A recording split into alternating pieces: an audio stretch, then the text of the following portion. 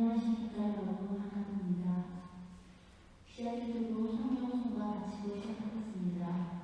성부와 성자와 성령의 이름으로 아멘.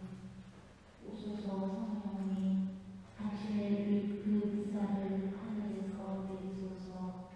가난한 이 아버지 은총의 주님, 오시어 마음에 빛을 주소서. 가장 좋은 요구자, 영혼의 기쁜 손님, 생기 불어주소서. 일할 때의 휴식을, 무더울 때 바람을, 슬플 때의 위로를 지고를 지시어 저희만 깊은 곳을 가득히 채우소서. 주님도 없으면 저희 삶 그 모든 것 이로운 것 없으리. 허물을 씻어주고 아름다움을 주시고 병든 것 고치소서. 굳은 마음 풀어주고 찬 마음 배우시고 바람을 이끌소서. 성령님을 믿으며 의지하는 이에게 치근을 베푸소서. 공덕을 쌓게 하고 구원의 문을 넘어 영복을 얻게 하소서.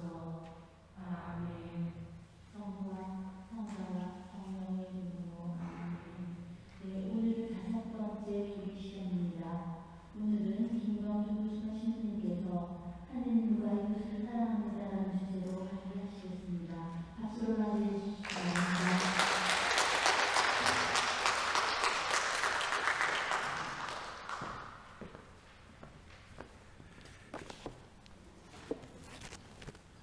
네, 참 예수님. 네, 소개받은 김광도 고수마 신부입니다. 저는 지금 사목국기획연구팀에서 소임하고 있고요.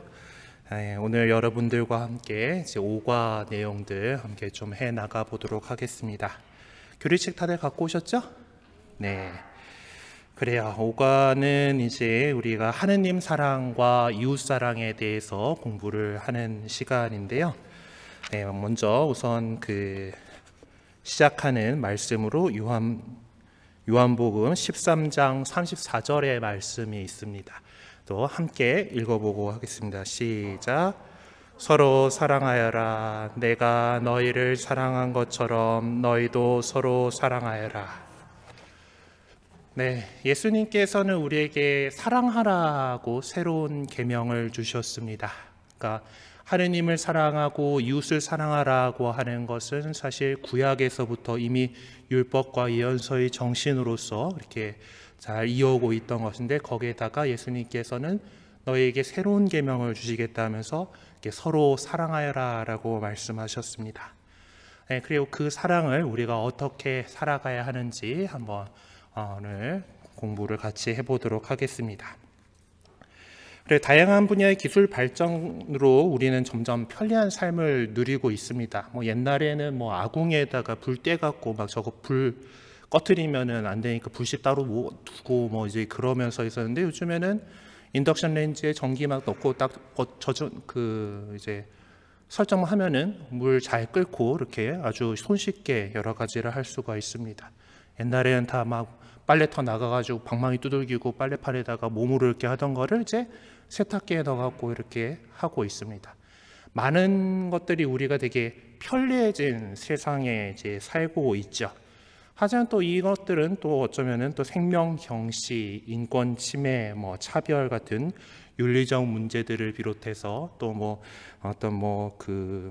이 사생활 문제라든가 어떤 빈부격차, 생태 환경 오염, 기후 위기, 또 전쟁의 위험이라든가 폭력 같은 사회적 문제들도 더 다양하게 겪고 있습니다. 사실 이러한 문제들은 그냥 어떤 개인의 문제가 아니죠. 내 가족을 포함한 사회 구성원 모두의 문제이기 때문에 이런 것들은 공동으로 대처하고 해결해 나가야 합니다. 그래서 우리는 운명 공동체로서 연대와 협력을 통해서 평화롭고 정의로운 세상을 이제 구현하기 위해서 이렇게 노력을 해야 합니다.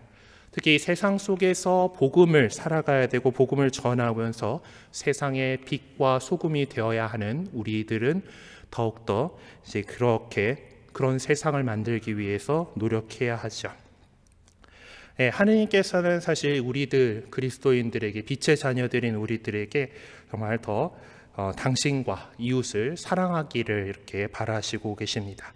그리고 세상 안에서 살아가면서도 우리 교회는 세상과 구분되는 믿음의 공동체로서 또 그럼에도 불구하고 세상에 발을 딛고 살아가기 때문에 우리가 속해 있는 각자의 삶의 자리에서 하느님의 뜻에 따라서 세상 문제를 잘 살펴보고 관찰하고 식별하고 실천하는 이 관찰, 식별, 실천이라고 하는 교회의 오랜 이 방법론입니다. 어떤 세상의 문제를 이제 바라보면서 자, 이게 무엇인가 잘 관찰하고 그리고 그것을 교회의 가르침, 그리스도의 가르침에 빗대어서 식별하고 판단을 하고 그리고 나는 어떻게 행동해야겠는가라는 그 행동, 그 실천을 이렇게 해 나가는 것입니다.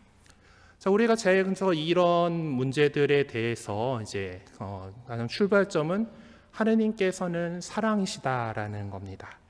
하느님은 사랑의 하느님이시고 그래서 요한 1서에서는 하느님은 사랑이십니다라고 이렇게 고백을 하고 있죠. 하느님께서는 우리의 부족함과 죄스러움을 어떤 그런 배신의 삶에도 불구하고 우리를 너무나도 사랑하신 나머지 당신의 외아드님까지 내어주실 만큼 우리를 사랑하고 계십니다.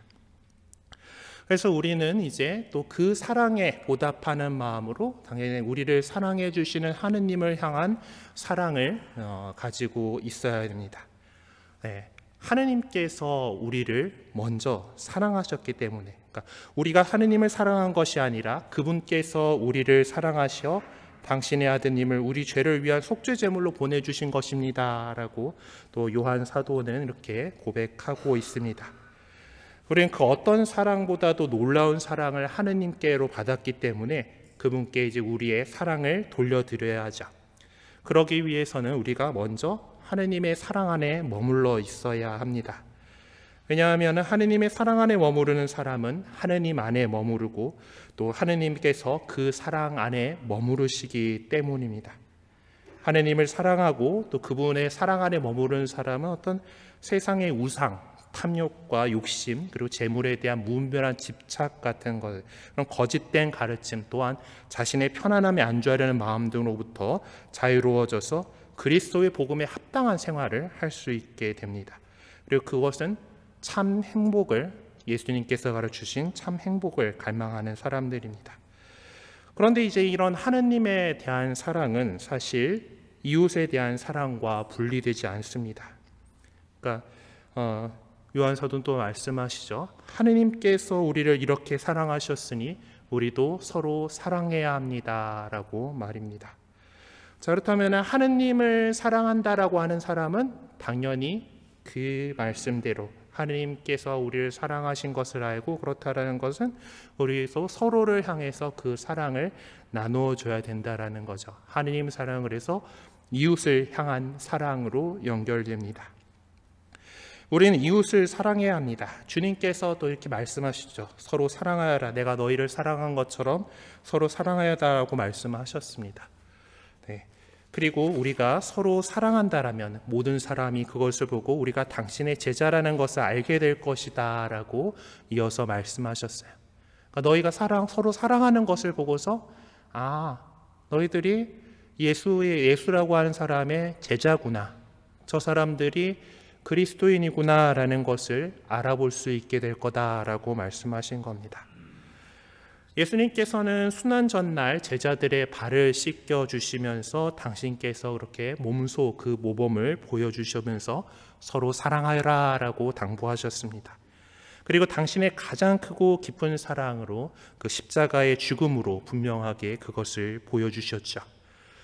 우리는 자신이 실천한 사랑의 해범에 따라서 이제 심판을 받는다고 믿고 있습니다. 예수님께서도 최후의 심판 때에 그 사람들에게 그가 어땠는가, 결국 오른쪽이냐 왼쪽이냐로 영원한 행복의 그 하느님 나라로 들어갈 것이냐 아니면은 저 불붙는 지옥으로 떨어질 것이냐에 대한 것은 결국 너희가 내 형제들 가운데 가장 작은 이들 가운데 한 사람에게 해준 것이 바로 나에게 해준 것이다 라고 하신 그 말씀대로 이웃에 대한 사랑을 실천했는가라는 거죠. 따라서 우리가 하느님께 받은 사랑을 이웃에게 실천함으로써 그들 안에서 함께 하시는 예수님을 사랑하게 될 때 우리는 참된 행복을 깨닫고 진정으로 행복하게 살아갈 수가 있습니다. 하느님께서 주시는 축복과 자비가 하느님의 사랑을 깨달은 우리를 통해서 다른 이웃들과 세상으로 흘러가야 합니다. 저 그림은 사실 성령 강림의 그 모습을 표현하고 있는데, 성령께서 오시고 난 다음에 세상으로 사도들이 이렇게 복음을 전하러 나갔던 것처럼 성령께서, 예수님의 영이신 성령께서 우리를 또한 사랑의 불로 세상을 향한 사랑으로 이렇게 이끌고 계십니다. 하느님의 사랑이 세상 곳곳으로 이렇게 스며들어서 약하고 힘들고 고통받는 모든 이에게 위로와 축복이 될 수 있어야 되죠. 사람인에 대한 이야기가 지금 나오고 있는데 이것은 찾아보다 보니까 여러 가지 설이 있죠. 지금 우리 교리책이 얘기하는 것처럼 우리 사람은 서로 기대야 되는 존재이기 때문에 그래서 서로에게 의지하고 이렇게 기대어 있는 것처럼 보인다라고 이렇게 설명하는 데도 있고, 어떤 데는 사람이 이렇게 걸어가는 이 모습이다라는 것도 있고, 이렇게 돼 있던 이런 모습이 이렇게 같다라는 것도 있긴 한데, 우리 지금 하고자 하는 얘기는 한 사람 혼자 산다는 게 아니잖아요, 그렇죠? 인간이 혼자 사는 것이 아니라 여럿이 함께일 때 우리는 참 행복을 누릴 수 있고 느낄 수 있다라는 그런 이치를 설명하고자 하는 것입니다. 그러므로 우리는 하느님의 사랑 안에서 함께 기뻐하고 슬퍼하고 또 서로 상처를 보듬어주고 서로 나누고 돌보며 서로에게 희망이 되는 삶을 살아가야 하겠습니다. 누군가 하느님께서 어디 계신지 모르겠으니까 하느님 보이지도 않는데 그래서 그분의 사랑을 느낄 수가 없다. 그렇다라면은 그것은 그가 사랑이 없는 그런 삶을 살고 있는 것이 아닐까라고 생각을 해보게 됩니다. 왜냐하면 우리가 하느님을 만나는 방법을 이렇게 고민할 필요가 없죠. 내 주위에 있는 사람들, 내가 매일 만나는 사람들, 바로 그들과 사랑으로 만나는 것이 하느님을 만나는 것이기 때문입니다. 앞에서도 말씀드렸지만은 예수님께서는 이 가장 작은 이들 가운데 한 사람이 내 형제들 그들에게 해준 것이 바로 나에게 해준 것이다 라고 이야기를 하고, 우리는 그 이웃 안에서 하느님을 발견할 수가 있습니다.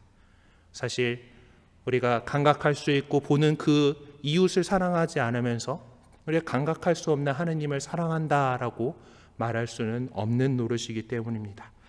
그래서 하느님 사랑과 이웃에 대한 사랑은 사실 연결이 되는 것입니다. 이웃을 향한 사랑과 그 하느님 사랑하는 것은 이게 떼어놓고 생각할 수가 없어요. 나는 하느님을 사랑한다라고 하면서 이웃을 사랑하지 않는다라고 하는 것은, 이웃은 나와 관계없어라고 생각한다라면은 나하고 하느님하고만 되면 좋은 관계면 된다라고 생각하는 것은 사실 말이 안 됩니다. 그래서 하느님과 이웃 사랑은 사실 단일한 것입니다. 예수님께서 주 너희 하느님을 사랑하고 너의 이웃을 너 자신처럼 사랑해야 한다라고 가르쳐 주셨습니다. 아까 시작하면서 말씀드린 것처럼 이것은 모든 율법과 예언서의 기본 정신입니다. 뒤에도 그런 것들을 조금 더 이야기를 하겠지만은 하느님을 사랑하고 이웃을 내 몸같이 사랑하는 것은 중요합니다. 그리고 그렇게 하는 것은 우리가 하느님께 사랑받는 존재이기 때문에 그런 거죠. 우리에 대한 하느님의 사랑, 그리고 하느님을 향한 우리의 사랑이 이웃 사랑으로 열매 맺을 수 있어야 한다라는 것입니다. 하느님의 사랑, 하느님을 사랑하는 것과 이웃을 사랑하는 것은 어떤 동전의 양면처럼 분리될 수가 없는 겁니다. 사람들은 하느님을 찬미하지 않고서 다른 사람을 존중할 수 없는 것이고, 다른 사람을 사랑하지 않고서는 하느님을 흠숭할 수 없기 때문입니다라고 가톨릭 교회 교리서가 우리에게 가르치고 있습니다. 그런 의미에서 우리가 지켜야 할 계명인 10계명은 이 하느님 사랑과 이웃 사랑의 단일성을 잘 보여주고 있는 예라고 할 수 있겠습니다. 사실 10계명은 우리가 행복하게 살아갈 수 있도록 도와주는 것이죠. 우리가 요렇게 살아가야 돼라고 하는 그 기준을 우리에게 제시해 줌으로써 우리가 하느님의 자녀로서 올바르게 살아갈 수 있도록 이렇게 해주는 그런 계명입니다. 그런데 이 계명들을 자세하게 살펴보게 되면은 처음 3개의 계명과 뒤에 4계명부터 나머지 계명들로 나누어 볼 수가 있습니다. 첫 번째 세 계명은 하느님에 대한 우리의 사랑입니다. 하느님께 어떻게 해야 되느냐라는 것을 가르치고 있는 계명들이죠. 한 분이신 하느님을 흠숭하여라. 또 그분의 이름을 함부로 부르지 마라. 그리고 주의를 거룩하게 지내라. 거룩하게 지내라고 하는 것은 하느님과 함께 이렇게 지내라고 하는 것입니다. 그렇게 해가지고 하느님과 우리와의 관계, 그러니까 하느님께 드리는 우리의 사랑을 규정하고 있는 계명이 요 1계명부터 3계명까지라고 할 수가 있죠. 그리고 넷째 계명부터 10째 계명까지는 결국 우리의 이웃과 관련되는 내용들입니다. 부모에게 효도할 것, 그리고 어떤 부부 사이의 도리를 잘 지킬 것, 간음, 살인, 도둑질, 거짓말 이런 것들에 대한 경계, 그리고 남의 재물을 탐하지 말고 거짓증을 하지 말라는 이런 계명은 우리가 이웃 사이에서 이웃과의 관계 안에서 지켜야 할 그런 도리입니다. 처럼 10계명은 하느님과 이웃을 사랑하도록 우리를 이끌어주고 우리가 삶의 올바른 가치관을 확립해서 건강하고 성숙한 그리스도인으로 성장할 수 있도록 도와주는 것이죠. 그럼 개인적인 차원에서 그러하다라고 하는데 우리 가톨릭 교회는 어떤 개인이 어떻게 살아야 한다라는 것에서 나아가서 사람들의 삶이 어떠해야 되는가, 결국 사회를 이루고 살아가는 우리가 이 사회가 어떤 곳이 되어야 하는지에 대해서도 가르치고 있습니다. 그리고 이 가톨릭 사회교리라고 하는 것은 사실 가톨릭 교회 교리서를 이제 살펴보시게 된다라면은 결국은 10계명의 각 계명에서 출발하고 있다라는 것을 알 수가 있습니다. 그래서 우리가 하느님을 사랑하는 사람으로서 이웃을 사랑할 때 그 이웃 사랑은 정치, 경제, 사회, 노동, 인권, 생명, 환경, 기후, 외교, 국제 문제들 같은 어떤 삶의 구체적인 자리에서 이것들이 실현돼야 하죠. 그래서 교회는 가톨릭 사회교리를 통해서 그 실천의 기준이나 지침, 그런 것들, 방법들에 대해서 신자들에게 가르치고 있습니다. 그리고 우리 신자들이 그것을 배워서 이 세상을 실제로 그렇게 만들어 나가도록 노력해야 되는 겁니다. 자, 그럼 우리의 이 가톨릭 사회교리는 그 가장 시작되는 것은 가톨릭 사회교리 원천이라고 할 수 있는 것은 무엇이냐면은 바로 인간의 존엄성입니다. 우리 인간이 존엄하다라고 하는 그 사실에서 우리가 사회에 대한 교회의 가르침 모두가 시작이 되는 거죠. 그리고 왜 우리가 존엄한 존재인가라고 하는 것은 바로 인간이 하느님을 닮은 모습으로 창조되었다라고 하는 사실에서 출발합니다. 인간은 그러니까 하느님께서 세상을 창조하시면서 우리 모습대로 사람을 이렇게 만드셨다라고 이렇게 당신의 모습대로 인간을 창조하셨고, 그렇다라는 것은 우리 인간 각자에게는 하느님의 모상이 들어있다라고 하는 겁니다.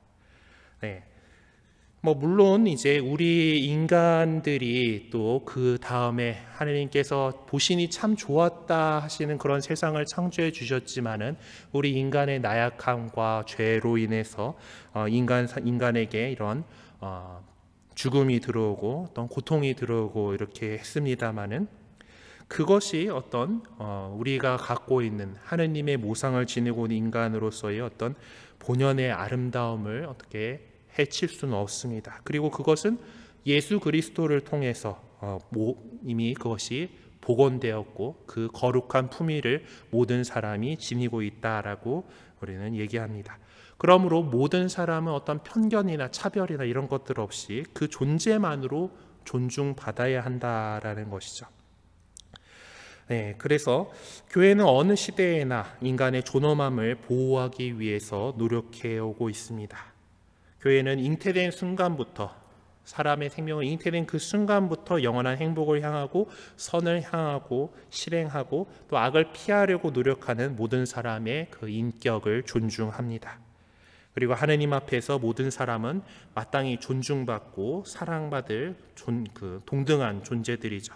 그러므로 어떤 사회에서 어떤 직업이나 지위나 학벌, 부자고 아니고 이런 것들, 그리고 인종 이런 것들로 사람을 구분하거나 차별해서는 안 됩니다.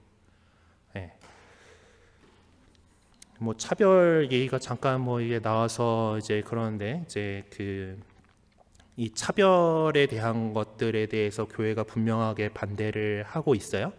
예, 그렇지만은 또한 교회는 역시 가정과 생명에 대해서는 보호해야 한다라는 것들을 갖고 있습니다. 사실 이제 성소수자들에 대한 문제들이 좀 여기서 약간 이렇게 생겨나게 되는데, 교회는 분명히 어떤 동성애적 성향을 가지고 있는 사람들도 어떠한 차별의 기미라도 보여서는 안 된다라고 가르치고 있어요. 근데 하지만 가정을 이루는 문제에 있어서, 그러니까 혼인이라고 하는 문제에 있어서, 혼인은 이제 한 남자와 한 여자의 독점적 관계이고, 그러니까 둘이 이렇게 부부의 선익과 자녀의 출산과 양육을 목적으로 한다라고 가르치고 있기 때문에, 동성 간의 어떤 부부가 되겠다라고 하는 것은 자녀의 출산과 양육이라고 하는 두 번째 혼인의 목적을 이룰 수 없는 그런 거기 때문에 동성 혼인에 대해서 반대를 합니다.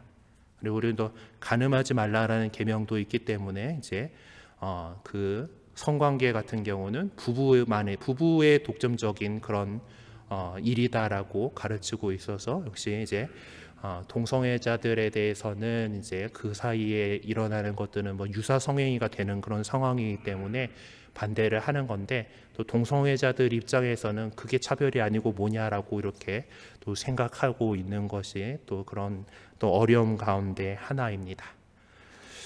네, 어쨌든 우리가 어떤 그런 성향까지도 어떤 차별이라던가 이런 것들이 일어나서는 안 된다라는 것을 또 강조드리고 싶습니다. 자, 이렇게 인간의 존엄성, 인간이 하느님의 모상대로 창조되었다라고 하는 것이 우리가 사회에 대해서 이야기하는 가톨릭 사회교리의 원천이다라고 말씀을 드렸어요. 그러니까 그 인간 존엄이라고 하는 것이 기초가 되고, 그 위에 가톨릭 사회교리의 원리가 이렇게 적용이 됩니다. 가톨릭 사회교리의 핵심은 이제 이웃을 사랑하라는 예수님의 가르침을 세상 안에서 실천하는 데 있습니다. 그래서 하느님의 사랑을 실천하기 위한 대사회적인 가르침을 알려주는 가톨릭 사회교리는 지금 또 7가지 원리를 이야기를 하고 있는데요. 일단 첫 번째 나오는 인간 존엄은 이제 원천이라고 하는 가장 기초가 되는 부분이잖아요. 그래서 이제 7가지 원리들 가운데 그 다음에 이어서 나오고 있는 공동선, 연대성, 보조성이라고 하는 것이 가톨릭 사회교리의 원리에 해당하는 그런 부분들입니다. 좀 하나하나 좀 살펴보도록 하죠. 네, 공동선이라고 하는 표현, 그러니까 이것만 딱 보면은 공동의 이익, 더 큰 이익 이렇게 해가지고 공리주의하고 이제 헷갈리면 안 됩니다. 최대 다수의 최대 행복이다라고 하는 그런 것처럼 해가지고, 거기에서는 좀 작은 이들이 그 행복에서 소외될 위험들이 있어요. 교회는 그런 것이 아니라 이 모두가 하느님 안에서 하느님을 닮은 인간으로서 선한 것을 누려야 된다라고 얘기를 합니다. 사목헌장, 제2차 바티칸 공의의 사목헌장에는 이렇게 표현을 하고 있죠. 집단이든 구성원 개인이든 자기 완성을 더욱 충만하고 더욱 용이하게 추구하도록 하는 사회생활 조건의 총화라고 이렇게 표현을 하고 있는데, 솔직히 저도 저 표현 들을 때 뭔 소리지 싶은 좀 그런 그 느낌이 좀 있습니다. 하여튼 저기 이제 사목헌장 26항에서 공동선하고 이제 긴 줄표 있잖아요. 그걸로 해가지고 그 안에 들어있는 공동선을 정의하는 표현인데, 하여튼 기본적으로 우리는 다 좋은 거를 원하죠. 네, 좋은 거는 좋은 거, 말이 이상한데 좋은 건 좋은 거예요. 네, 우리는 가능하면 좋게 되려고 이렇게 합니다. 그래서 그러다 보면은 내 좋은 것들을 추구를 하다 보면은 남이 피해를 볼 가능성들이 많이 생겨나게 돼요. 사실 안타깝게도 거의 이제 뭐 제로섬 게임이라고 얘기를 하는 그런 것처럼 세상의 자원은 한정적이고 내가 더 많이 가지려고 하면은 누군가는 덜 가질 수밖에 없는 것이 우리 현실이기 때문입니다. 하지만 그리스도인들은 내가 좋은 것만을 추구하는 것이 아니라 함께 좋은 것을 추구해야 한다라는 것이 이 공동선의 원리라고 할 수가 있겠습니다. 그렇기 때문에 우리 교재에도 나와 있는 것처럼 어떤 이익만이 아니라 어떤 책임의 부분에서도 우리가 함께 협력해야 한다라는 것을 이야기를 하고 있죠. 자, 그리고 그 다음에 나오는 것이 연대성입니다. 공동선을 추구하려면 함께 해야겠죠. 네, 함께 해야 됩니다. 네, 가톨릭 교회 교리서 1939항에는 우정이나 사회적 사랑이라고도 하는 연대성의 원리는 인간적이고 그리스도인다움 형제가 직접 요구하는 것이다 라고 이야기를 하고 있습니다. 그래서 우리가 함께 해나갈 때 공동선을 추구할 수 있다라고 하는 것이고, 그리고 특히 더 어려움 속에 있는 이웃들과 연대하는 것이 우리 그리스도인들에게 중요한 덕목입니다. 왜냐하면 인간은 사실 홀로 살아갈 수 있는 존재가 아니고 우리는 이렇게 사회를 이루고 공동체를 이루도록 하느님께서 그렇게 불러주신 존재이기 때문에 그래요. 그래서 공동선을 추구한다라면은 당연히 연대를 해야 되는 겁니다. 또한 이제 그 사목헌장에서 이제 이렇게 표현을 하고 있는데요. 모든 사람은 사회적 연대 책임을 현대인의 주요 의무로 여기고 이를 존중해야 한다는 것을 인정해야 한다라고 이렇게 우리에게 가르치고 있습니다. 네, 이것이 어떤 우리가 정말 그 사랑에서 나와서 우리가 함께 연대해야 된다라는 것에서 우리가 서로 돕고 돌보고 또 그리고 우리가 서로에게 빚을 지고 있다라는 그런 마음으로 적극적인 연대를 이루어야 한다라는 것이 연대성의 원리입니다. 그 다음에 나오는 것이 보조성의 원리인데요. 보조성이라고 하는 개념은 사실 우리 교회가 만들어낸 개념입니다. 네, 그래서 이 그 보조성의 원리는 사회를 바라보게 되면은 그 어떤 집단의 그 공동체의 크기가 다르죠. 자, 우리 본당 공동체만을 일단 생각을 해봅시다. 그러면 본당 안에 구역들이 있고 또 반이 이렇게 있습니다. 우리 뭐 지역 사회들을 보면은 이제 우리 그 청담동이라고 하는 동 단위의 어떤 그런 커뮤니티가 있고, 예, 그리고 강남구라고 하는 구가 있고, 서울특별시라고 하는 그런 주제가 있고, 대한민국이라고 하는 그런 단위가 있습니다. 자, 이런 그 어떤 이런 공동체의 크기 단위들은 약간의 어떤 상하 관계가 있죠. 자, 보조성의 원리는 이런 겁니다. 그 상위에 있는 그 집단이 하위에 있는 집단의 어떤 고유한 것들을 뺏어서는 안 된다라는 거예요. 그러니까 뭐 반에서 할 수 있는 거를 갖다가 막 구역에서 뭐 이렇게 한다던가, 뭐 구역 정도 차원에서 이렇게 할 수 있는 일들을 갖다가 본당에서 한다던가, 아니면은 본당이 잘할 수 있는 걸 갖다가 뭐 지구가 한다던가 교구가 한다던가는 이런 것들에 대해서 주의하고 조심해야 한다라는 거예요. 그 아래에 있는 풀뿌리 조직들의 어떤 그 역할들을 할 수 있게끔 해줘야 된다라고 하는 것이 보조성의 원리죠. 가톨릭 교회 교리서 1884항에 이렇게 정의를 하고 있습니다. 상위층의 사회는 하위층 사회의 내적 사안에 간섭하여 그 고유의 임무를 제거하면 안 되고, 오히려 반대로 필요한 경우에는 공동선을 목표로 그 행동이 하위층 사회의 행동과 조화되도록 지원하고 도와줘야 한다. 그러니까 상위 개념에 있는 그 단체는 하위에 있는 것들이 자신의 어떤 고유한 역할들을 잘 할 수 있도록 북돋고 도와주는 그런 역할을 해야지 그 일을 직접 자신이 하려고 해서는 안 된다라는 거예요. 그래서 이 보조성의 원리는 어떠한 전체주의적인 그런 정치 성향들에 대해서 교회가 반대하는 근거이기도 합니다. 우리 교회는 이제 그러니까 어떤 그 다 획일화되어 있는 그런 정치 구조, 어떤 전체주의 이런 것들에 대해서 반대를 하고 있는데, 그것은 보조성의 원리에서 이렇게 나타나는 거죠. 그런 곳에서는 어떤 국가가 다 모든 것을 쥐고 흔들게 되는 것인데, 그런 것이 아니라 그 밑에 있는 조직들이 어떤 뭐 지방자치단체든 뭐 동네 지역 커뮤니티든 이런 것들이 자신의 역할들을 잘 할 수 있도록, 마을 공동체가 잘 역할을 할 수 있도록 이렇게 돕고 이렇게 해야지, 그 일들을 직접 하려고 해서는 안 된다라고 하는 것이 이제 보조성의 원리입니다.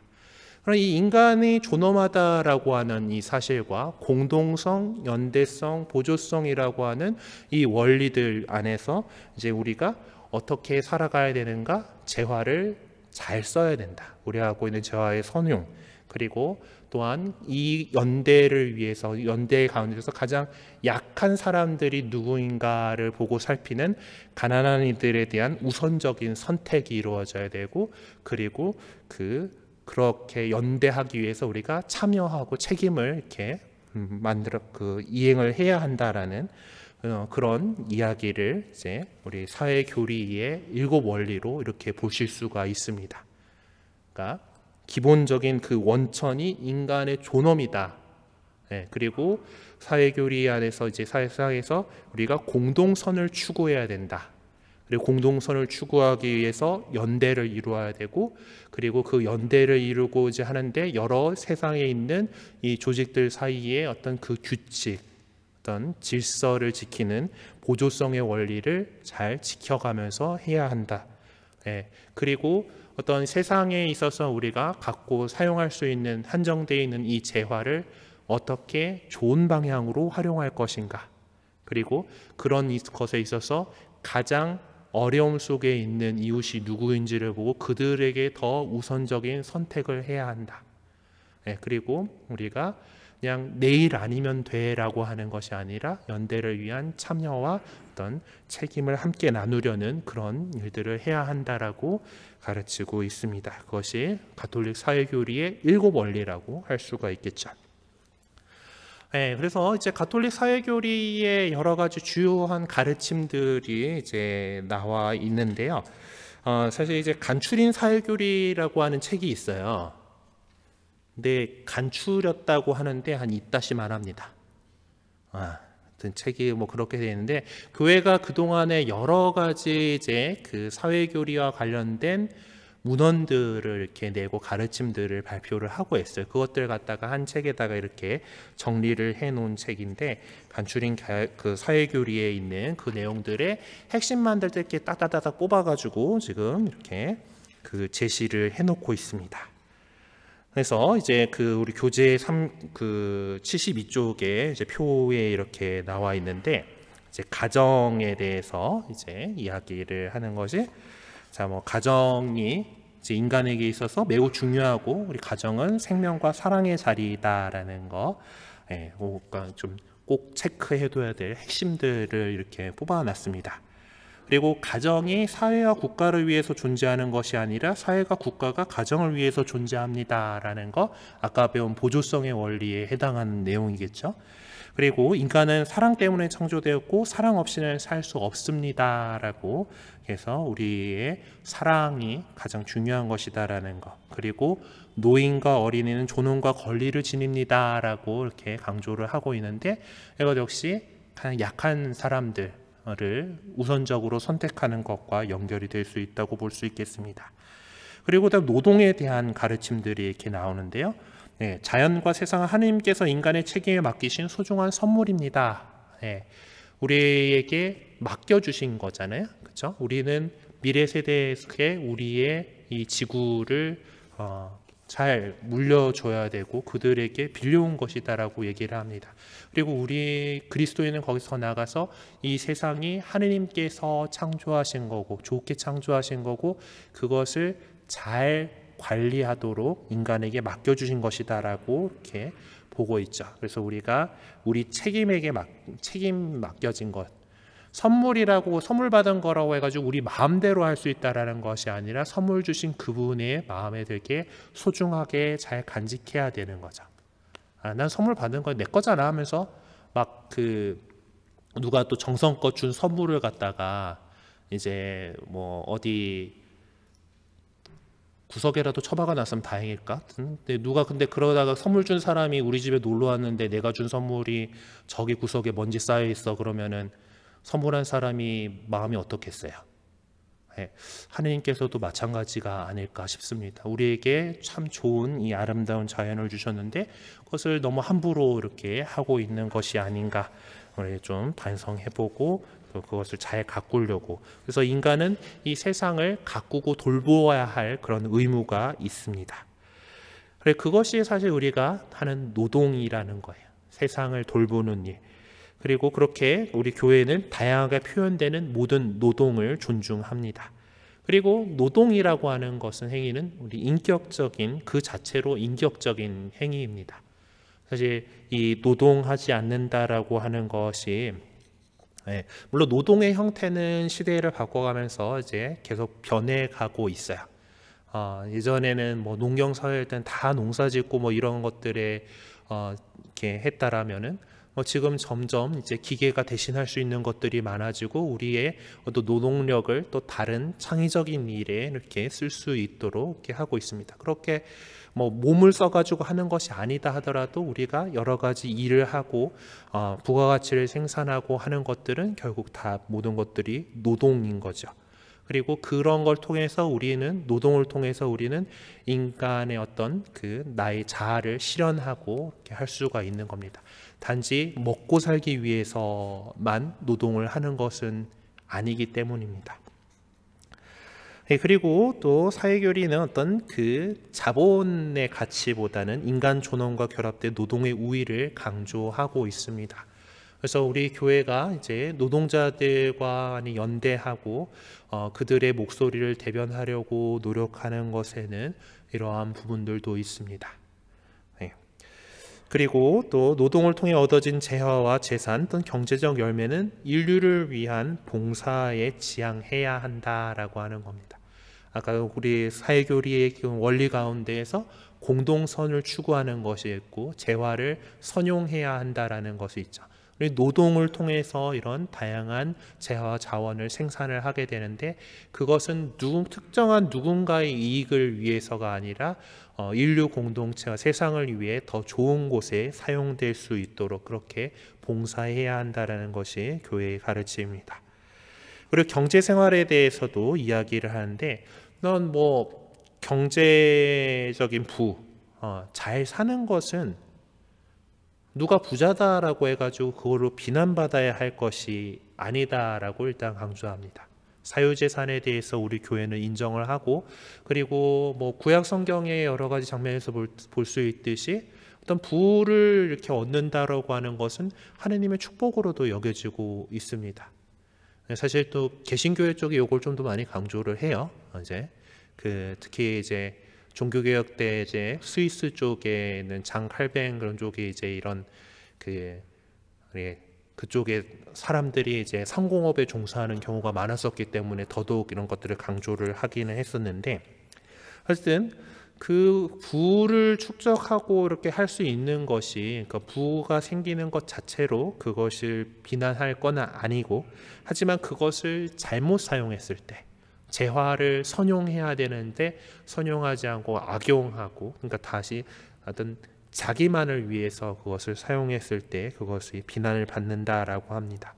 그래서 이런 경제 활동 그리고 물질적인 진보는 인류의 발전을 위해서 인간과 사회에 이바지해야 하는 거죠.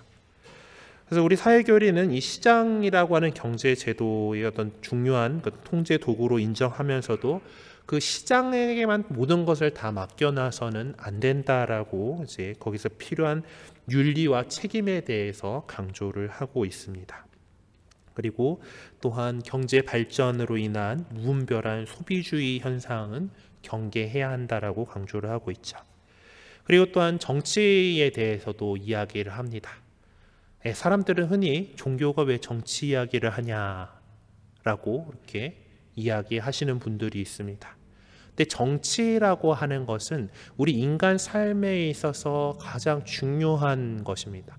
우리 사회가 어떻게 살아나갈 건가에 대한 그런 그리고 많은 사람들이 이해관계가 부딪힐 때 그것을 잘 다스려서 풀어나가는 것이 정치의 역할이다라면은 그 정치가 올바른 방향으로 선용될 수 있도록 사람들에게 가르치고 이야기하는 것은 우리 교회의 역할입니다. 왜냐하면은 교회는 하느님의 자녀들의 어떤 삶에 대해서 가장 큰 관심을 두고 있기 때문이에요.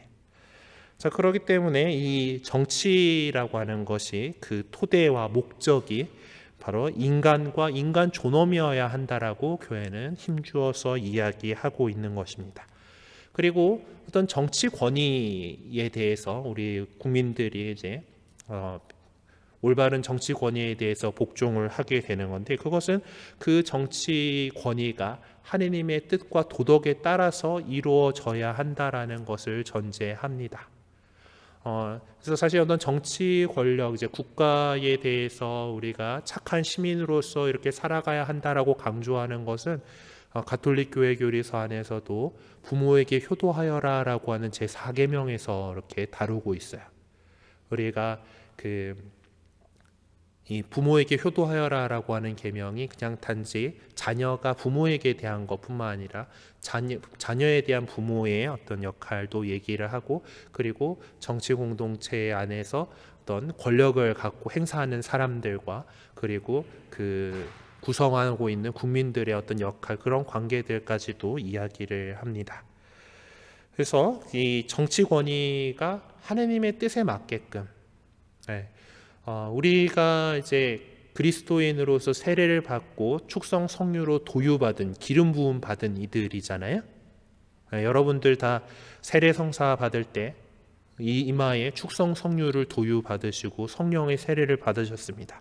그리고 준비하고 있는 견진교리에서 그걸 한 번 더 하면서 어떤 주교님과의 일치와 또 이제 신앙으로 인한 그 신앙에서 성숙한 사람이 되었다라고 하는 그런 것들이 이제 더 따로 있긴 하지만은, 여러분들도 이미 세례를 받을 때 축성된 사람이고 기름 부음 받으니 그리스도로서 우리가 세상에서 예수 그리스도께서 하셨던 사제직, 예언자직, 왕직을 수행을 해 나가는 사람들이 바로 우리 그리스도인들인데, 여기서 왕직이 의미하는 것이 바로 세상을 잘 다스리는 일이죠. 왕된 사람으로서 우리가 정치에 필요한 것들을, 의사를 내비치고 우리에게 주어진 한 표를 잘 올바른 곳에 행사하고, 그리고 우리를 대신해 가지고 국가를 이끌어 나가는 사람들이 올바로 바로 하느님의 뜻에 맞게 어떤 도덕과 정의에 맞게끔 이렇게 그 권력을 행사하고 있는지를 잘 감시하고 살펴보아야 합니다. 그리고 그런 것처럼, 우리가 그렇게 바라봐야 하는 것처럼 정치 권위들 역시 우리 그 국가를 구성하고 있는 국민들이 잘 살아갈 수 있도록, 안전하고 행복하게 살아갈 수 있도록 잘 보살펴야 할 책임이 있는 거죠.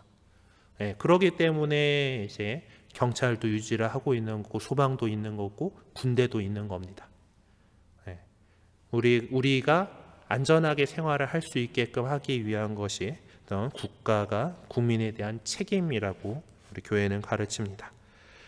그리고 이제 우리 가톨릭 교회와 정치 공동체가 자율성과 독립성을 기반으로 협력한다. 그러니까 우리가 정치 권력과 유착되어 있던 시절이 있었습니다. 중세 시대에는 사실 교회와 정치 권력이 거의 한 몸이나 다름없었어요. 그러니까 사실 정치와 교회가 분리된, 정교 분리가 이야기되어지는 것은 이제 그 과도했던 그 교회가 그냥 스스로 어떤 정치가였던 그 시절에 대해서 이러면 안 된다라고 이야기를 하는 것이지, 교회가 사람들의 삶에 대해서 이야기하는, 그러니까 정치 문제에 대해서 이렇게 이야기하는 것을 하면 안 된다라는 얘기가 아니에요. 교회가 그전에는 지금 이렇게 자율성과 독립성을 가지고 있던 것이 아니라 스스로 어떤 한 영주로서 거의 행세를 했었습니다. 사실 그것은 이제 고대 로마가 멸망을 하면서 유럽 쪽에서 어떤 행정적인 부분들을 교회 조직이 떠맡았기 때문에 그래요. 유럽의 어떤 그 역사 안에서 그런 부분들이 있습니다. 그래서 이제 어떤 주교님들한테 어떤 그 관할 지역의 어떤 영주와 같은 영지도 이렇게 제공이 되었고, 그리고 그 본당 조직들이 그냥 행정 조직이 이렇게 되었었던 거예요. 그것이 이제 근대로 이렇게 들어오면서 이제 이런 것들이 이제 깨어지고 프랑스 대혁명 등을 통해서 이제 정치와 이제 교회가 분리되고, 프랑스 대혁명, 뭐 이탈리아 통일운동, 뭐 이런 것들을 통해 가지고 정치와 교회가 이제 더 이상 유착이 된 상태가 아니게 된 것이 정교 분리입니다.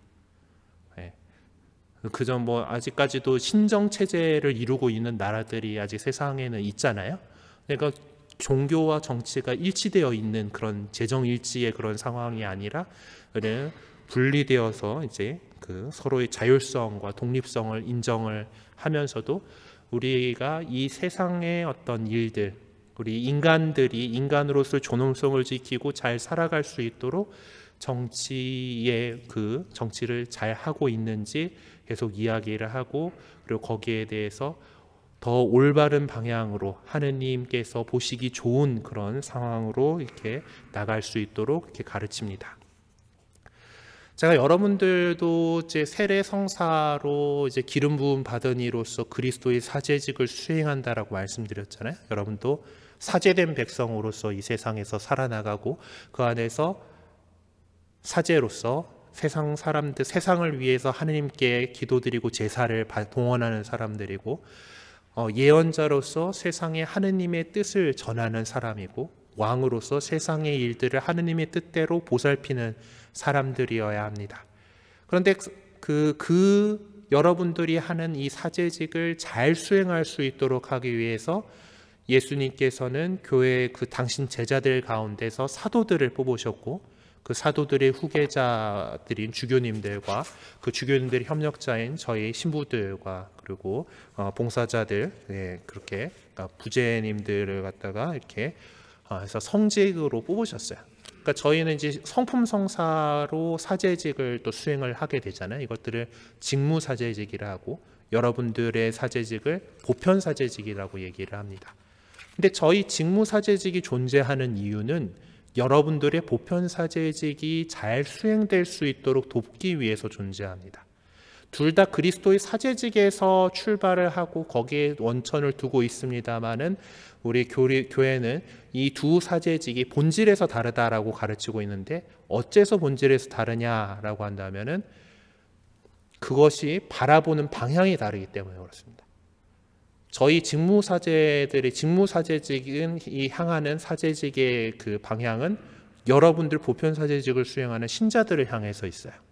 그래서 신자들이 이제 이 세상에서 하느님의 뜻을 잘 살아갈 수 있도록 열심히 가르치고, 또 성사들을 거룩하게 하기 위해서 성사를 집전하고, 이제 그리고 또 어떤 맡겨져 있는 공동체를 이렇게 잘 다스리는 그런 역할들을 하고 있습니다. 자, 그러면은 이제 세상이 이제 하느님의 뜻대로 이렇게 되어 나가기 위해서 실질적인 일을 해야 되는 사람들은 누구겠습니까? 보편사제직은 세상을 향해서 있는 겁니다. 여러분들이 이 세상이 보다 하느님이 보시기에 좋은 세상, 곧 하느님 나라를 이 세상에 완성해 나가려고 하는 그런 역할들을 하셔야 한다라는 것이죠. 그래서 어떤 교회가 이제 정치 조직이 어떤 그런 그 자율성과 독립성을 지니고 있지만은, 우리 그 정치에 참여하고 있는 시민들인 우리 그리스도인들이 더욱더 이 정치가 그리스도적인 복음의 가치에 더 맞게끔 이루어질 수 있도록 열심히 노력하셔야 한다라는 겁니다. 또한 그리고 이제 그 우리 가톨릭 사회교리는 국제 공동체들에 대한 이야기까지 해 나갑니다. 어떤 국가 단위뿐만 아니라 국가 간의 어떤 공존이 진실과 정의, 연대, 자유와 같은 가치들 위해 세워져야 한다라고 강조하고 있습니다. 그렇기 때문에 우리 가톨릭 교회는 국제연합 같은 이제 국제 기구들의 평화를 위한 활동에 대해서 지지를 하고 있고, 그 교회 역시 이제 유엔의 어떤 옵저버로서 계속 동반을 하고 있습니다. 그리고 이제 그 우리 사회교리는 이 가난한 이들에 대한 우선적인 선택이 필요하다라고 했잖아요. 그런 것처럼 이 세상 안에서 어려움을 겪고 있는 나라, 특히 빈곤과 저개발로 고통을 받고 있는 나라들이 국제 시장에 진입할 수 있도록 도와주는 그 협력들에 대해서 그런 권장을 하고 있습니다. 그리고 교회 안에서도 이런 국제 협력 기구들이 있죠. 여러분들이 뭐 자선주의라든가 그 해외 원조주의라든가 하는 날에 이제 이 자원금으로 돕고 계시고, 또 개인적인 후원으로도 이렇게 하고 계신 그 교회의 국제 협력 기구인 까리타스 인터내셔널이라든가 우리 교구의 어떤 협력 기구인 한마음 운동본부 같은 그런 다양한 조직들을 교회가 직접 운영하기도 하고, 또 사회에 있는 여러 이런 그 단체들과 또 협력 기구들과 연대하고 있습니다. 그리고 또한 이 그 빈곤 퇴치를 위해서 이렇게 우리 교회는 이렇게 노력을 하고 있습니다. 그리고 이 국제적인 문제들 가운데에서 또한 중요한 것이 환경 보호에 관련된 것이죠. 기후 위기를 우리가 점점 체감하고 있지 않습니까? 우리 교황님께서도 찬미받으소서라고 하는 당신의 회칙을 통해서 이 문제에 대해서 강조하고 계세요. 우리 교회는 분명히 우리 인간이 과학의 발전하고 기술의 진보를 이루어내는 것에 대해서 긍정적으로 바라보고 그것을 후원하기도 합니다. 하지만 이와 함께 환경과 자연을 가꾸고 돌본 책임에 대해서도 강조를 하고 있죠. 창조 질서 보존을 위해서 많은 또 노력을 하고 있습니다.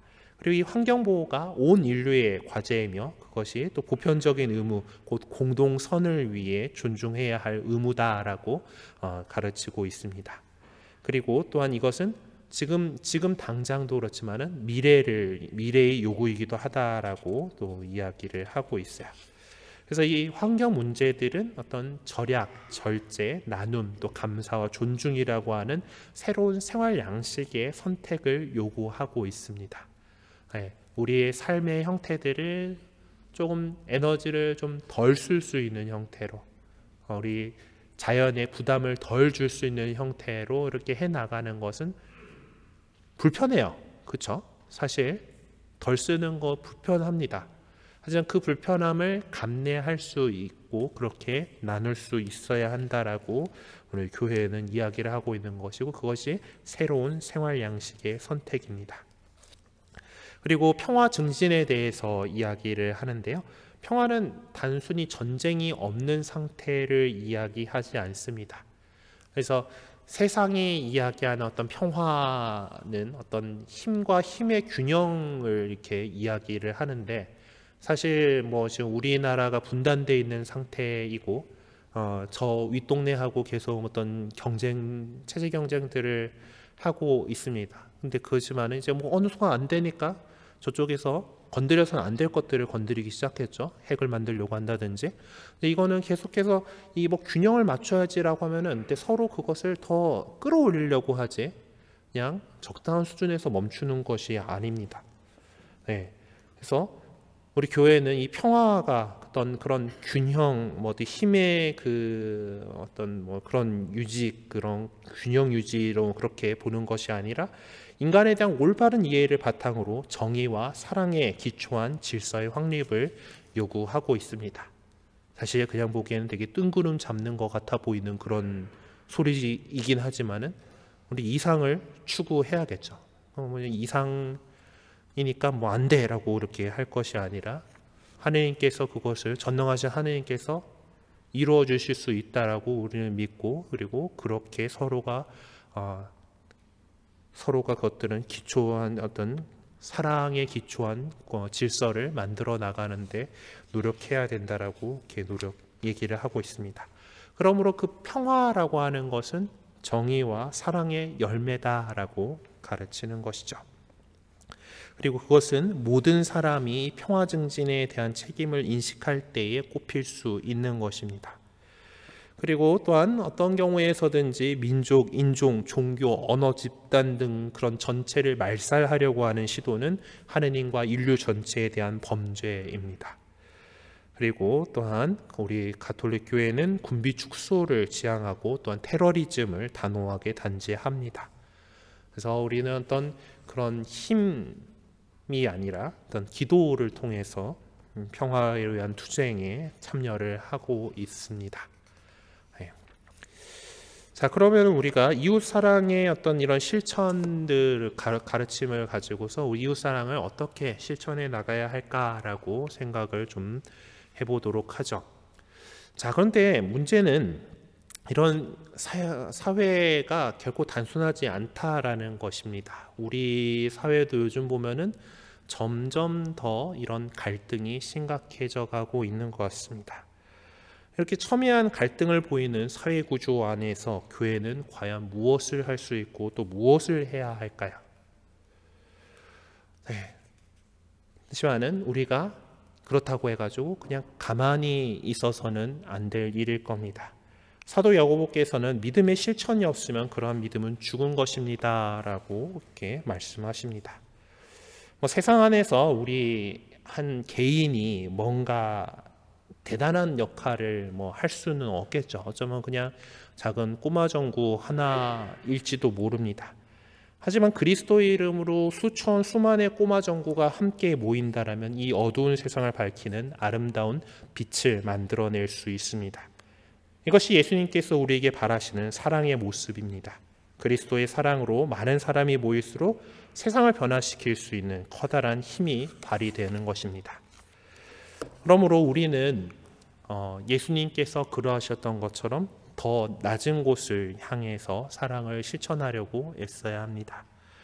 사실 모든 사람을 사랑하시고 그들 모두가 영원한 삶을 누리기를 원하신 하나님께서는 당신의 백성이고 자녀인 모든 사람이 이 세상에서부터 행복하기를 누구보다도 바라십니다. 하나님 나라에서 우리가 참된 행복을 누릴 것이라고 우리 믿고 있지만은 그 하나님 나라를 이 세상에 이룩하고자 하는 것이 우리들이고 또 하느님의 뜻인 것입니다. 근데 이 행복이라고 하는 것은 단순히 어떤 의식주의 해결문이 그것이 아니라 모든 사람이 각각 그 존재만으로 존중받아야 한다라는 것을 의미하죠. 그렇기 때문에 어떤 사회에서의 성공이라고 하는 기준으로 사람을 구분하고 차별해서는 안 됩니다. 예수님의 강생과 십자가의 구원이 어떤 선택받은 몇몇만을 위한 것이 아니죠. 예수님께서 이 세상에 우리와 같은 모습으로 태어나신 거라든가 십자가에 못 박혀서 돌아가시면서 우리를 구원하신 것은 특정한 누구를 위한 것이 아니라 인류 전체를 구원하시려는 것이었습니다. 구약 시대의 사람들은, 이스라엘 사람들은 예수님 시대까지도 그렇죠. 지금도 어쩌면 그럴 수도 있습니다. 그들 메시아 기름 부음 받은 이 구세주가 오는 것은 자기 민족을, 그러니까 다시 다윗의 왕권을 일으켜줄 그냥 이스라엘 자신들의 어떤 그런 개념으로서 생각을 하고 있었습니다. 하지만 하느님의 생각은 달랐죠. 인간 전체를, 인류 전체를 구원하시기 위해서, 죄악의 종살이 하고 있는 인간을 구원하시기 위해서 이 세상에 직접 오셨고 당신 스스로를 제물로 바쳐서 우리를 구원하신 것입니다. 그렇기 때문에 그래서 우리는 그 하느님 앞에서 누구나 동등하게 존중받아야 하는 겁니다. 하느님 아버지의 사랑을 우리에게 알려주신 예수님께서는 사회적 약자들에게 당신의 어떤 시선을 우선적으로 두셨습니다. 예수님께서는 사회적 약자들과 당신을 동일시하시면서 우리가 이제 그렇게 살아가기를 바라셨고 우리에게 맡겨진 재화를 약자들과 또 함께 사용할 수 있도록 가르쳐 주셨습니다. 사실 우리가 그 사유재산을 우리가 교회가 인정을 하고 있는데 그 사유재산은 어떤 개인의 것이 아니라 재화를 사용하는 사람 합법적으로 소유하는 외적 사유물을 자기 사유물만이 아니라 공유물로도 여겨야 하고 그러한 의식에서 자신만이 아니라 다른 사람들에게도 이익을 줄 수 있어야 한다라고 가톨릭 교회 교리서에서 가르치고 있습니다. 그러니까 여러분들이 이제 돈을 벌어요. 그러니까 사유재산을 갖고 있습니다. 저도 그 교구 신부이기 때문에 청빈 소원을 안 했잖아요. 그래서 저도 사유재산을 갖고 있습니다. 그러니까 이 재산은 근데 나만을 위해서 쓰라고 있는 것이 아니죠. 이것을 가지고서 더 많은 사람들이 함께 좋은 것을 추구해야 한다라는 겁니다. 그렇기 때문에 어떤 의미에서 이 사유물이기도 하지만은 공유물이고 나에게 관리의 책임이 맡겨진 것이다라고 보는 것입니다. 그래서 그럼 정말 우리가 그러면 주위를 돌아보면은 어려움에 처했거나 도움이 필요한 사람들이 있습니다. 그리고 뭐 자존감이 무너진 사람들, 이유 없이 무시당하고 비난받는 사람들, 상대적 박탈감에 미래에 대한 희망을 잃은 사람들, 빈곤과 절망으로 인해서 죽음으로 내몰리는 사람들, 이렇게 우리 사회가 나름대로 이렇게 그 안전망을 만들려고 계속 뭐 진보해 나가고는 있다고 하지만은 여전히 그것에 그 안전망에서 지켜내지 못하는 사람들이 또한 많이 있습니다. 우리는 역시 그들이 우리와 형제 자매임을 기억하고 또 그리고 그들을 보시고 마음 아파하실 하느님 아버지의 마음으로 사랑으로 행동하는 믿음을 실천해야 합니다. 사랑이신 하느님께서 우리에게 베풀어 주신 것처럼 우리도 마음을 다해서 경청하고 또 손을 잡아주고 눈물을 닦아줄 수 있었으면 합니다. 그렇기 때문에 우리 그리스도인의 삶들은 더 낮은 이들을 위해서 함께 하고 있습니다. 그래서 우리 교회는 여러 위원회 또 뭐 각종 사회복지시설 기관 또 본당에서 여러 가지 그 중심으로 해서 다양한 삶의 자리에서 사회적 약자들의 활동에 이제 힘을 쏟고 있습니다. 많은 우리 신자분들이 또 개인적으로 봉사와 헌신의 활동을 끊임없이 하고 있으실 겁니다. 그래서 이처럼 가톨릭 교회는 말씀을 실행하는 사람이 되십시오라는 가르침에 따라서 하느님의 말씀, 그 하느님의 사랑으로 사람을 먼저 생각하고 세상을 복음화하기 위해서 노력하고 있습니다. 그래서 말과 혀로 사랑하지 않고 행동으로 진리 안에서 사랑해야 하는 거죠. 그래서 우리가 먼저 사랑을 실천할 때 그만큼 세상은 달라질 것입니다. 사랑을 실천하는 사람들이 세상 사람들에게 울림을 주고 또 마음을 움직여서 마침내 또 동참을 일으켜낼 것입니다. 그리고 우리로부터 시작된 이웃 사랑의 물결이 도움이 필요한 세상 곳곳으로 번져 나갈 것입니다. 그래서 그리스도인만 아니라 또 그리스도인이 아니다 하더라도 이웃 사랑에 대해서 실천하는 많은 착한 사람들을 통해서 우리는 더 많은 그런 사람들을 만날 수 있게 될 겁니다. 그래서 우리는 이제 그 예수 그리스도께서 걸어가신 그 길을 충실히 따르는 어떤 또 다른 그리스도. 아까 제가 여러분들의 그 사제직에 대해서 말씀드렸잖아요. 그리스도인이라고 하는 것은 그리스도를 따르는 사람이고 사실 그리스도는 기름 부음 받은 이라고 하는 거. 여러분들은 세례성사에서 이미 축성 성유로 축성된 이 세상 사람들 가운데에서 그리스도인으로 뽑힌 사람들입니다. 그리고 또 다른 그리스도로서 뭐 사제들을 가리켜서 이제 미사 성제를 봉헌할 때 알테르 크리스투스라죠. 제2의 사제로서 제2의 그리스도로서 먼저 성사들을 행한다라고 하지만은 우리 그리스도인 모두도 이 세상에 그리스도께서 하신 일들을 또 다른 그리스도로서 해 나가야 하는 겁니다. 그렇게 개인뿐 아니라 공동체 전체의 선익을 위해 서로 돕고 돌보며 서로 섬기고 나누는 삶을 살아가야 하겠습니다. 우리 기억 속에는 이러한 삶을 살아가신 훌륭한 분들, 소중한 분들이 많이 있습니다. 자선 의료기관 요셉의원 설립자이신 선우경식 원장님도 있고 울지마 톤즈로 잘 알려져 있는 이세석 신부님 같은 경우도 있고 소록도에서 참 온 젊음을 한센병 환자들과 함께했던 마리안느와 마가렛이라고 하는 분들도 있었습니다. 그리고 또 무료급 식소 명동밥집에서 열심히 봉사하시는 분들도 또 다른 그리스도인입니다. 뭔가 대단해 보이는 김하종 신부님 빼먹었구나. 안나의 집 운영하고 있는 우리 김하종 신부님 있고, 이제 명동밥집 같은 데서 근데 명동밥집에 봉사하시는 분들은 되게 특별한 분들 아니세요. 여러분들 같은 신자들 가운데에서 기꺼이 그 일에 동참하시는 분들입니다. 그리고 여러분들도 함께 하실 수가 있어요.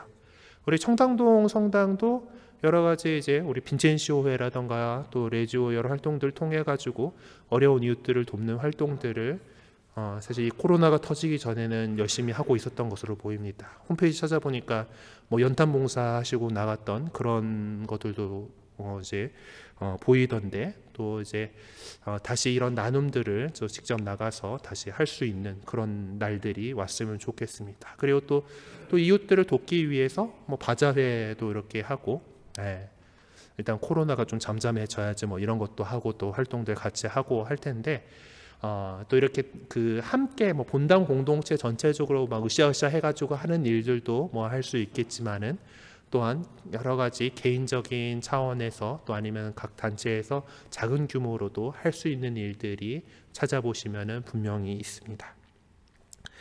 그래서 우리가 이제 또 다른 그리스도가 되어주셨던 그런 분들도 본받아서 우리가 모든 것들을 그렇게 다 할 수는 없겠지만은 우리가 할 수 있는 작은 나눔들부터 시작을 해서 또 함께 연대해 나가는 것이 중요합니다.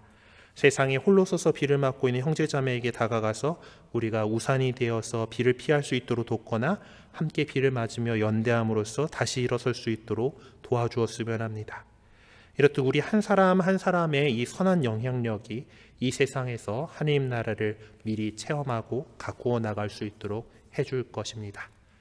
특히 견진성사로 이제 신앙에 있어서 더 성숙한 그리스도인으로 살아가시는 여러분들이라면은 나에게 맡겨져 있는 이 세상에 대한 책임, 사제로서 예언자로서 왕으로서 우리가 그리스도의 사제직을 수행해 나가는 우리가 이제 세상을 하느님 보시기에 좋게 잘 다스리려고 하는 왕직을 잘 수행해 나갈 수 있는 그런 여러분들이 되셨으면 좋겠습니다.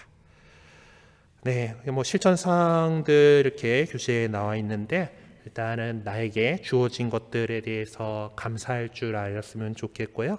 그리고 가톨릭 사회교리에 대해서 좀 더 관심을 가져주셨으면 좋겠습니다. 사실 또 어떤 분들은 사회교리 하면은 노이로제부터 이제 시작하시는 분들이 계십니다. 그렇죠. 그렇지만은 교회가 어떻게 이야기를 하고 있는지, 우리 교회가 이 세상에서 어떻게 빛과 소금으로서 살아가고자 하는 것인지는 이제 사회교리에서 많이 드러나고 있습니다. 말씀드렸던 뭐 간추린 사회교리라고 하는 책도 뭐 괜찮지만은 여기 나와 있는 여러 우리 교황님들의 이 문헌들 그를 또 한번 살펴봐 보시면은 참 좋겠다 생각합니다. 그리고 또한 우리 주변에 실제로 만나게 되는 어려움 속에 있는 이웃들을 이제 정말 누가 정말 하느님의 사랑이, 우리의 사랑이 필요한지를 잘 살펴보는 것에서부터 시작합니다. 시작하면서 우리 교회의 오랜 방법론인 관찰, 판단, 실천에 대해서 말씀드렸었죠. 이 상황에 대해서 잘 관찰을 해 보십시오. 그럼 그 안에서 정말 우리의 도움이 필요한 사람이 누구인가라는 판단이 설 것이고, 그럴 때 하느님께 필요한 은총과 힘과 용기를 주시기를 청하면서 실천해 보시기를 부탁드립니다. 네, 오늘 긴 시간 함께 들어주셔서 감사합니다.